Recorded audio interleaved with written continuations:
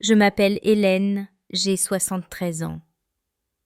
Pendant 45 ans, j'ai été Hélène Mercier, la femme de Bernard. J'ai porté son nom avec une fierté tranquille, celle des femmes de ma génération, qui ont bâti une famille, entretenu une maison, aimé un seul homme. J'ai été la mère d'Antoine et je suis la grand-mère de Léa et de Tom. Ma vie était un chemin droit sans surprise, bordé de géraniums bien entretenus, jusqu'à ce mardi d'octobre, il y a 2 ans. Il m'a fallu 45 ans pour comprendre que l'homme avec qui je partageais mon lit, l'homme qui m'appelait ma vie quand il rentrait le vendredi soir, avait une autre vie, une autre épouse. Ce n'est pas une métaphore, pas une maîtresse de passage. Une autre épouse, une femme, un contrat de mariage, une alliance. Je suis allée surprendre mon mari à ce qu'il appelait son bureau de passage à Nantes, et j'ai découvert qu'il avait une autre épouse. Et le plus terrible, ce n'est pas la découverte. C'est le silence qui a suivi. Avant ce jour-là, ma vie était réglée, comme du papier à musique. J'ai été enseignante institutrice en primaire, dans le petit bourg de béton, juste à côté de Rennes. J'aimais l'odeur de la craie et le bruit des rires dans la cour de récréation. J'ai pris ma retraite à 60 ans et Bernard lui a continué. Il était ingénieur conseil dans un grand groupe de BTP. C'est ce qu'il disait. Un métier qui l'obligeait à beaucoup se déplacer. Nous vivions en Bretagne, dans ce pavillon que nous avions fait construire en 1983. Une maison solide en périphérie de Rennes. Ni trop grande, ni trop petite. Un jardin, c'était mon domaine. J'y passais mes journées à m'occuper de mes rosiers, surtout mon pierre de ronsard qui grimpait le long de la façade. Bernard lui s'occupait du potager enfin quand il était là, car Bernard était souvent absent. C'était la nature de son travail, disait-il. Il partait le lundi matin très tôt souvent avant que je ne sois levée. Il laissait une tasse de café vide dans l'évier. Il prenait sa grosse voiture de fonction et partait sur les chantiers. Il avait, disait-il, un bureau régional à Nantes, ce qui expliquait ses absences prolongées. Parfois, il découchait 2-3 nuits. Parfois la semaine entière. « Tu comprends, Hélène, me disait-il au téléphone, le soir le projet de Saint-Nazaire est compliqué. Je ne peux pas faire l'aller-retour tous les jours. » Et je comprenais. Ou plutôt, je ne me posais pas de questions. J'avais confiance. La confiance pour moi, c'était le ciment du couple, plus encore que l'amour. L'amour s'use, la passion s'éteint, mais la confiance, ça reste. C'est ce que je croyais. Nos vendredis soirs étaient un rituel. Il rentrait fatigué. Je lui préparais un bon dîner. On regardait un peu la télévision des Racines et des Ailes ou un film policier. Il me racontait sa semaine, parlait de collègues que je n'avais jamais vus de maître d'œuvre de plan. C'était vague, mais c'était son monde. Le samedi matin, nous allions ensemble au marché des Lys à Rennes. C'était notre sortie. On achetait notre poulet rôti aux légumes. Il aimait choisir les huîtres. Des numéros 3 de Cancale Hélène. Cancale Hélène. Il n'y a que ça de vrai, il saluait les gens. Bernard était un homme charmant souriant. Le mari de la maîtresse, comme on m'appelait encore parfois. Notre fils Antoine vivait à Saint-Malo. Il avait réussi, travaillait à la direction du port. Il était marié, nous avait donné 2 petits-enfants adorables. Il venait déjeuner le dimanche, 1 fois sur 2. Une vie normale, une vie française simple, sans histoire. Sur la cheminée de notre salon, il y avait notre photo de mariage. 1977. J'étais si jeune, lui si fier dans son costume. C'était le symbole de notre solidité. Les semaines où Bernard était à Nantes, je n'étais pas malheureuse. J'avais mes habitudes, mon club de lecture, mes amis, mes courses à la petite supérette. J'appelais Antoine. Je préparais des confitures. La solitude ne me pesait pas. C'était une solitude habitée, pleine de nos 45 ans de vie commune. La maison était pleine de lui-même quand il n'était pas là. Ses livres dans la bibliothèque, ses bottes dans l'entrée. Nous approchions de nos noces de vermeil. 45 ans. Je commençais à penser à organiser une petite fête. Une surprise peut-être. J'imaginais Antoine faisant un discours les petits qui couraient dans le jardin. J'étais heureuse d'un bonheur paisible, un peu gris, comme le ciel breton, mais stable. Un bonheur bâti sur le granit. Le déclencheur a été d'une banalité affligeante. Nous étions fin octobre, la pluie n'arrêtait pas de tomber depuis 3 jours. Une pluie fine pénétrante qui vous glaçait les os. Bernard était parti le lundi comme d'habitude. Il devait être à Nantes pour une semaine cruciale. Le mardi matin, le téléphone a sonné. C'était lui. Sa voix était étrange, pressée, presque paniquée. « Hélène. Ma chérie, j'ai un problème énorme. »« Quoi donc, Bernard ? Tu n'as pas eu un accident ? » ?»« Non, non, rien de grave. C'est juste, j'ai oublié ma mallette, la petite mallette en cuir marron, et tout est dedans. Mon portefeuille et mes papiers, et surtout mon ordonnance pour le cœur. Bernard avait une petite tension, rien de méchant, mais il prenait des bêta-bloquants tous les jours. « Mon Dieu, ai-je dit, mais comment as-tu fait ? Tu n'as plus de comprimés, il m'en reste pour aujourd'hui. Mais demain, je n'ai plus rien, et je ne peux pas quitter le chantier, c'est impossible. Le grand patron est là, je suis coincée. Je vais à la pharmacie, je leur explique. Non, ils ne voudront jamais sans l'ordonnance. Et le médecin ne refera pas un duplicata comme ça. Hélène, il faut que tu me l'envoies, par chronopost. Tout de suite, par chronopost. Mais Bernard, s'il te plaît, la mallette est dans le bureau sur le fauteuil, ne l'ouvre pas, envoie-la telle quelle. À l'adresse du bureau de Nantes. Il m'a donné l'adresse. Une rue que je ne connaissais pas. J'ai raccroché. J'ai trouvé la mallette.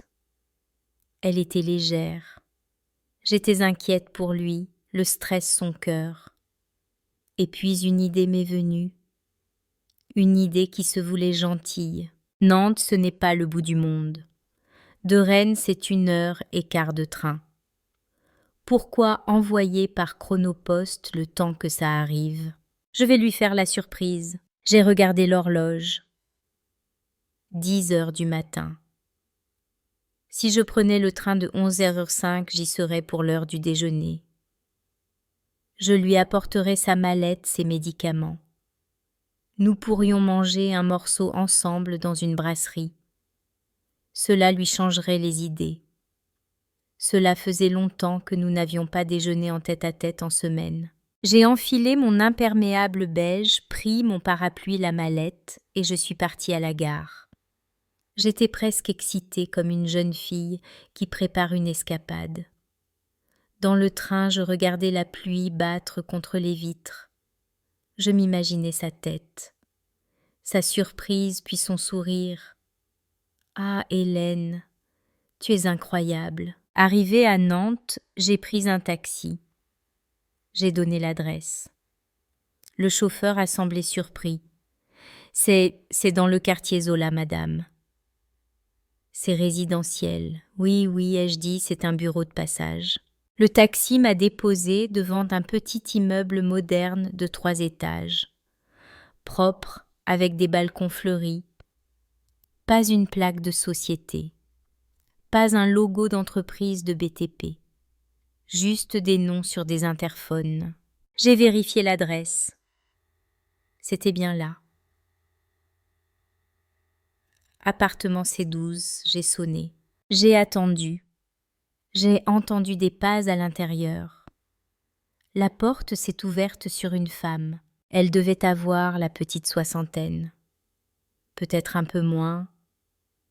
Cheveux châtains coupés au carré.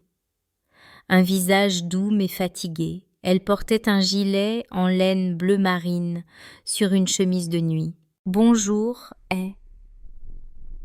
ai-je dit un peu décontenancée. « Pardon de vous déranger.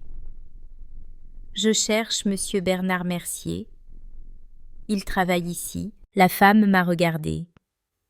Un regard étrange, mélange de confusion et d'inquiétude. « Bernard May, il est parti ce matin. Il est sur un chantier vers Saint-Nazaire. Vous êtes... » Je suis Hélène Mercier, sa femme. J'arrive de Rennes. Il a oublié sa mallette avec ses médicaments. Le visage de la femme s'est décomposé. Elle est devenue blanche comme le mur derrière elle. Ses lèvres ont tremblé. « Pardon » a-t-elle murmuré. « Vous avez dit sa femme. »« Oui » ai-je répondu, mon cœur commençant à battre lourdement dans ma poitrine. Hélène Mercier. Nous sommes mariés depuis 45 ans. La femme a porté la main à sa bouche. Ses yeux se sont remplis de larmes. Mais ce n'est pas possible, a-t-elle bafouillé. C'est moi. Je suis sa femme. Je suis Sylvie. Sylvie Mercier. Nous sommes mariés depuis 18 ans. Le monde s'est arrêté de tourner. Le couloir de l'immeuble, l'odeur de cire, la pluie que j'entendais dehors. Tout a disparu. Je me suis agrippée à la mallette en cuir. La mallette, n'ouvre pas, avait-il dit. Sylvie m'a regardée, puis elle a regardé la mallette, puis de nouveau mon visage. Elle a compris que je ne mentais pas. Et j'ai compris qu'elle ne mentait pas non plus. Entrez, a-t-elle dit d'une voix sourde. Je crois qu'il faut qu'on parle. Asseyez-vous. Je suis entrée. C'était un appartement. Un vrai appartement. Pas un bureau, un salon, une cuisine ouverte. C'était confortable. Plus moderne que chez nous. Des meubles suédois. Et des photos. Partout, il y avait des photos. Bernard et elle, bras dessus, bras dessous sur un bateau. Bernard et elle soufflant des bougies. Et sur le buffet, dans un cadre en argent, leur photo de mariage. Lui dans le même costume bleu marine qu'il portait au mariage de notre fils Antoine. Elle, dans une robe simple, couleur crème. Ils étaient sur le perron d'une mairie. Ils souriaient. Je me suis assise sur le canapé. Je ne sentais plus mes jambes. Sylvie s'est assise en face de moi. Elle pleurait en silence. Depuis 18 ans, ai-je réussi à articuler. Elle a hoché la tête. Nous nous sommes rencontrés à un séminaire. Il m'a dit qu'il était veuf, que sa première femme était morte dans un accident de voiture il y a 20 ans, à l'époque. Il m'avait tué, 20 ans. Cela correspondait à l'époque où Antoine avait quitté la maison pour ses études, l'époque où je m'étais sentie si seule, l'époque où il avait commencé à être débordé de travail. Il vit ici, ai-je demandé, 4 jours par semaine. Il me dit qu'il part en déplacement le reste du temps pour son travail. À Paris, à Brest, il m'a dit qu'il avait une maison de famille près de Rennes, celle de ses parents décédés, où il gardait des affaires. Il m'a menti. À moi aussi, ai-je dit. Nous sommes restées silencieuses un long moment. 2 femmes dans un salon à Nantes, unies par le même homme, le même mensonge. Nous avons reconstitué le puzzle. Ses séminaires à l'étranger, c'était leurs vacances en Italie. Son bonus exceptionnel, c'était l'apport pour acheter cet appartement. Ses problèmes de chantier à Brest, c'était quand il était avec moi à Rennes. Le lundi matin, il quittait Hélène. Le jeudi soir, il quittait Sylvie. Un équilibriste, un monstre. J'ai posé la mallette sur la table basse. Il voulait ça, ai-je dit. Ses médicaments. Sylvie l'a regardé. Il est en parfaite santé. Il n'a aucun problème de cœur. Il voulait juste récupérer son portefeuille. Il y a sans doute sa carte d'identité, avec l'adresse de Rennes. Il avait eu peur. Peur que Sylvie ne la trouve. L'appel paniqué, ce n'était pas pour ses médicaments. C'était pour couvrir ses traces. Je me suis levée. Je dois partir. Qu'allons-nous faire, m'a demandé Sylvie, les yeux suppliants. Je ne sais pas ce que vous allez faire. Moi, je rentre chez moi. J'ai repris le train. Je ne me souviens pas du voyage. J'étais vide. J'étais morte apparemment. Morte depuis 20 ans. Quand je suis arrivée à Béton, la maison était froide. J'ai regardé la photo sur la cheminée. Notre mariage. Une farce. J'ai regardé le fauteuil vide de Bernard. J'ai eu la nausée. Le téléphone a sonné vers 19h. C'était lui. Sa voix était enjouée, faussement décontractée. Alors, ma chérie, tu as pu envoyer la mallette. Ma voix est sortie plate, sans émotion. Non, Bernard, je ne l'ai pas envoyée. Comment ça? Mais Hélène, je t'ai dit que c'était... Je l'ai apportée. À Nantes.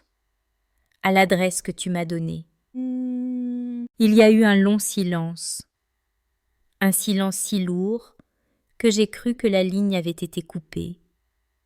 Hélène, qu'est-ce que tu racontes? Elle est gentille. Sylvie, ai-je continué. Elle a l'air d'une bonne personne. Elle était surprise d'apprendre que tu avais une autre femme, surtout une femme qui n'est pas morte. J'ai entendu un bruit sourd comme s'il avait lâché le téléphone. Puis plus rien. Il avait raccroché. Il a dû rouler comme un fou. Il est arrivé 2 heures plus tard. J'étais assise dans la cuisine dans le noir. Je n'avais pas allumé les lumières. Il est entré trempé par la pluie, le visage défait. Hélène, je peux tout expliquer. Expliquer quoi ai-je dit sans bouger. Expliquer que tu as 2 femmes, que tu m'as déclarée morte. Qu'est-ce qu'on explique, Bernard, après 45 ans de mensonges? Il s'est approché. Il a voulu me prendre les mains. Je me suis reculée. Ne me touche pas. Ne t'approche pas de moi. Il a commencé à pleurer.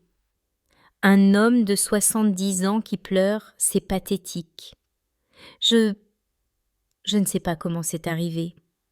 Avec toi, c'était devenu si calme, si prévisible. Après le départ d'Antoine, tu t'es renfermée. J'étais seule. Seule, j'étais là, moi j'attendais que tu rentres le vendredi soir, et tu oses dire que c'est de ma faute. Non, non, Sylvie, c'était différent. C'était pour me sentir vivant. Mais c'est toi que j'aime, Hélène. Hélène, c'est toi ma vie, c'est notre maison ici. L'autre, ce n'était qu'une parenthèse, une erreur qui a duré, une erreur de 18 ans, une erreur avec un contrat de mariage, une erreur à qui il disait « Je t'aime 4 jours par semaine ». Tu as menti à tout le monde, ai-je dit froidement. Tu m'as menti à moi. Tu lui as menti à elle. Tu as menti à notre fils, qui croit que son père est un homme respectable. Pitié, Hélène. N'en parle pas à Antoine. On peut arranger ça. Je vais la quitter. Je te le jure. Demain, je lui dis que c'est fini. On vend l'appartement de Nantes. On part en voyage, tous les deux. Il essayait de négocier, comme s'il achetait une voiture d'occasion. Sors, ai-je dit. Quoi, sors de ma maison? Prends tes affaires, va-t'en. Hélène, ne sois pas ridicule. C'est ma maison aussi. Nous sommes mariés. Justement, ai-je répondu. Nous allons voir ce que la loi dit des hommes qui sont mariés 2 fois. Il est devenu blême. Tu n'oserais pas. Pense à notre famille, au scandale. Tu aurais dû y penser avant Bernard. Maintenant sors. Il n'est pas parti ce soir-là. Il est monté dormir dans la chambre d'amis. J'ai fermé ma porte à clé. Pour la première fois en 45 ans. Le lendemain matin, je n'étais plus Hélène la femme trahie. J'étais Hélène l'institutrice à la retraite. J'avais un problème, j'allais le résoudre. Avec méthode. J'ai d'abord appelé mon fils Antoine. Ce fut l'appel le plus difficile de ma vie. Maman, ça ne va pas. Tu as une petite voix. Antoine, il faut que tu viennes. C'est à propos de ton père. J'ai tout raconté. Le voyage à Nantes. Sylvie, les 18 ans. Il y a eu un silence. Puis il a dit le salaud. Je n'ai pas d'autre mot. Le salaud. J'arrive. Pendant qu'il roulait depuis Saint-Malo, j'ai pris mon 2e rendez-vous. J'ai appelé le cabinet de Maître Dubois, le notaire le plus ancien et le plus respecté de Rennes. J'ai demandé un rendez-vous urgent. C'est une affaire de famille très grave, ai-je dit. On m'a donné un créneau l'après-midi même. Antoine est arrivé. Il a vu son père qui tournait en rond dans le salon. Je n'ai pas assisté à leur confrontation. J'ai entendu des éclats de voix. Comment as-tu pu, toute ta vie n'est qu'un mensonge? Tu as tué maman une seconde fois. Je les ai laissés. J'ai pris ma voiture et je suis allée chez le notaire. Maître Dubois était un vieil homme à la chevelure blanche. Il m'écouta sans m'interrompre. Je lui ai tout exposé. Les faits, les dates, les 2 mariages. Je n'ai pas pleuré. J'étais précise. Quand j'eus fini, il ajusta ses lunettes. « Madame Mercier, dit-il d'une voix grave, je suis atterré. Mais nous n'allons pas parler de morale. Parlons de droit. » Il a joint ses mains. Ce que votre mari a fait s'appelle la bigamie. C'est un délit pénal en France, passible d'1 an de prison et de 45 000 € d'amende. J'ai accusé le coup. Je ne voulais pas qu'il aille en prison. Je voulais juste qu'il disparaisse. Mais surtout, continua-t-il, sur le plan civil, c'est très clair. Le second mariage, celui contracté à Nantes, est nul. Il n'a aucune valeur légale. Aux yeux de la loi française, Madame Sylvie n'est pas son épouse. Elle est sa concubine. Il a continué. Votre mariage, le premier, c'est le seul et unique qui soit valable. Vous étiez mariés sous le régime de la communauté réduite aux acquêts, je présume, 8 mètres. Bien. Cela signifie que tout ce qui a été acquis par votre mari pendant votre mariage tombe dans la communauté, y compris l'appartement de Nantes. Là, j'ai eu un choc. Mais il l'a acheté avec elle. Peu importe. Il l'a acheté en étant marié avec vous. Légalement, madame, la moitié de cet appartement vous appartient. Et madame Sylvie n'a droit à rien. La vengeance, ce n'était pas un plat qui se mange froid. C'était un article du Code civil. Que voulez-vous faire, Madame Mercier ? Je veux divorcer. Pour faute exclusive. Je veux qu'il parte. Et je veux ma tranquillité. Vous l'aurez dit, maître Dubois. Il n'a aucune défense. Il a commis la faute ultime. La justice sera de votre côté. Vous obtiendrez la prestation compensatoire maximale. Et nous allons liquider la communauté, y compris cet appartement. Je suis sortie de l'étude plus légère. Je savais quoi faire. Ma revanche n'a pas été spectaculaire. Elle a été silencieuse. Je suis rentrée à la maison. Bernard et Antoine étaient là silencieux. Bernard avait les yeux rouges. Antoine, le visage fermé. Bernard, ai-je dit calmement. J'ai vu maître Dubois. Je demande le divorce pour faute exclusive. L'adultère, la bigamie, le préjudice moral. Il m'a tout expliqué. Ton second mariage est nul. L'appartement de Nantes fait partie de notre communauté. Il m'a regardé horrifié. Il n'avait pas pensé à ça. Il n'avait pensé qu'à ses sentiments, pas aux conséquences légales. Hélène, tu ne peux pas faire ça. Sylvie, elle va tout perdre. Elle n'a rien à part cet appartement. C'est exact, ai-je dit. Tu l'as mise dans cette situation. Pas moi. Tu vas vendre cet appartement. Tu me donneras ma part. Tu donneras à Sylvie ce que tu lui dois pour l'avoir escroquée pendant 18 ans. Et tu me verseras une prestation compensatoire. Tu me ruines, a-t-il soufflé. Non, ai-je dit. Je reprends ce que tu m'as volé, mon temps, ma dignité et mon argent. Antoine s'est levé. Je vais t'aider à faire ta valise, papa. Il n'a pas protesté. Il était battu. Le soir même, il était parti. Il est allé à l'hôtel. Il restait une chose à faire. J'ai appelé Sylvie. Je lui ai tout expliqué. La nullité de son mariage, la loi, l'appartement. Elle a pleuré. Elle m'a insultée. Elle m'a traitée de voleuse. Je ne vous vole rien, Sylvie, lui ai-je dit fatiguée. Je ne fais que récupérer ce qui m'appartient. L'homme qui vous a volé 18 ans de votre vie, c'est Bernard. C'est contre lui qu'il faut vous retourner. Prenez un avocat. Demandez-lui des dommages et intérêts pour le préjudice. Elle a fini par comprendre.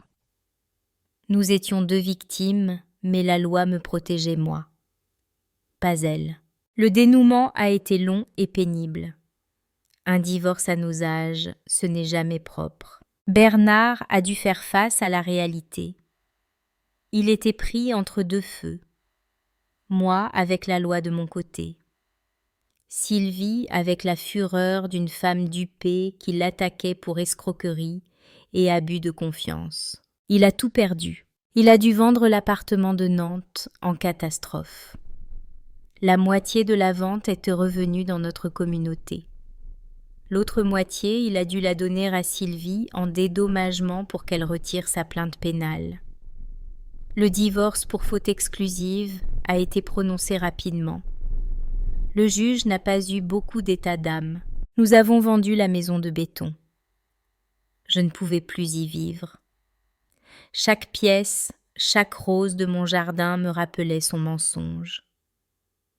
J'ai regardé la photo de notre mariage sur la cheminée avant de la mettre dans un carton. Je ne regardais pas mon mari. Je regardais un étranger.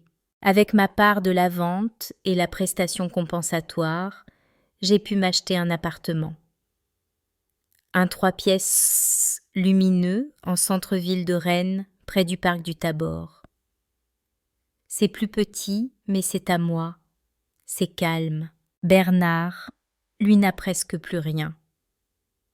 Il vit dans un petit logement de location à Lorient, m'a-t-on dit. Il voulait être loin, là où personne ne le connaissait.